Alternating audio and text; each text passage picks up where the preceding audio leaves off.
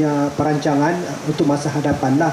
So untuk DID punya perancangan, actually apabila kita buat study masalah Moyok pada tahun I think underwater resource management awal-awal dulu, actually kita telah pun mengenal pasti kita punya cadangan-cadangan untuk untuk mengurangkan kesan banjir. Untuk mengatasi 100% almost impossible, tapi because kita di Moyok ini ada satu catchment yang agak besar juga di hulu dan very steep, dan bukit-bukit dia pun curam, dan kalau hujan memang laju air turun, dan kebetulan juga Dongongan is kebanyakan pembangunan pun di siring-siring sungai. So actually kita ada dalam kita punya perancangan dulu untuk kita mengurangkan atau menyelesaikan masalah di Moyok ini. Actually kita ada 4 projek yang kita mau buat nih. I think 2 projek sekarang tengah bikin, belum siap lagi. Melebarkan sungai dan juga mengganti infra yang menghalang sungai lah. So actually baru-baru ini memang dari dulu pihak politician memang selalu query pada federal lah, persekutuan. Because untuk makluman kita punya funding mostly from federal lah. So actually kita dulu under RM11 kita punya cadangan about 481 million dia punya dia punya cadangan ini. Tapi dalam RM11 cuma kita boleh buat package 3 dan package 1 saja.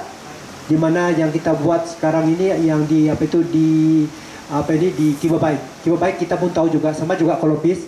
The banjir in Kibabaik is because of the when the Moyok River penuh, dia masuk dalam. Dia tidak boleh keluar. Sama juga lebih kurang. So apa yang kita buat di sana, kita buat satu bypass drain yang melalui melalui bomba dan itu in help kita boleh kurang lah. Kalau di Kolopis ini kita dulu ada rancangan because dia punya keadaan kita mau bypass di mana tidak ada kan, jadi because ada consultant. One of the proposal is to make a detention pond di sini yang rendah lah. Of course yang land affected will be compensated lah, dan mungkin kawasan itu juga boleh jadi rekreasi apa semua untuk pada masa-masa biasa lah. That's perancangan. So the only problem kita untuk DID punya perancangan, the money is not come in one go, bah. That's why our politician selalu bising, dia bilang kenapa ni federal kasih sikit-sikit. Jadi itu masalah lah. Tapi baru-baru ini kita telah menyuarakan kepada melalui kita punya pemimpin-pemimpin, dan juga ada juga lawatan daripada pihak di Jabatan Perdana Menteri, termasuk Perdana Menteri juga. I think Tuan Dio pun very much involved. So hopefully the money yang dijanjikan untuk pasak keempat itu yang melebarkan sungai daripada di atas ni sampai yang menyambung ke Pasar 3, limpas tu Monsopiat di sanalah. Kita mau kasih lebar, kita tahu bukan senang, banyak rumah yang terlibat.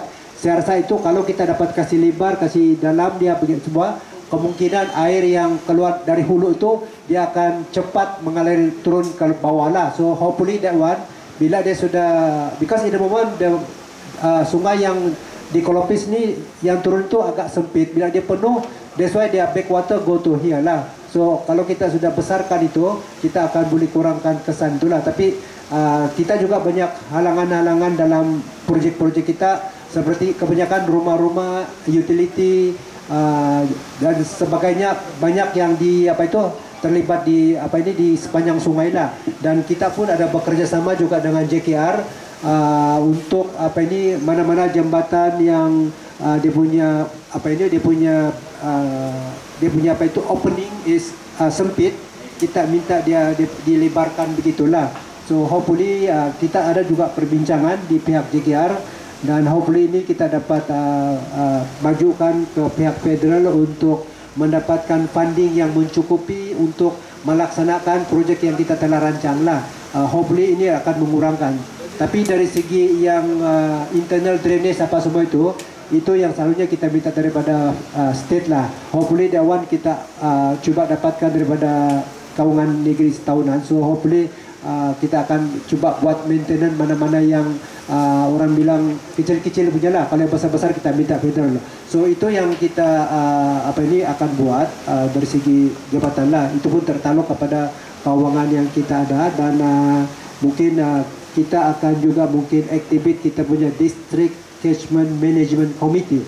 Ini jawatan kuasa pengurusan tanahan daerah yang dipengurusikan oleh Tuan DO. Di bawah kita punya enactment sumber air negeri Sabah, kita ada satu di jawatan kuasa, di mana jawatan kuasa itu nanti akan menilai semula semua jenis-jenis pembangunan ataupun aktiviti di daerah supaya perkara apa yang berlaku pada masa ini tidak berulang lah.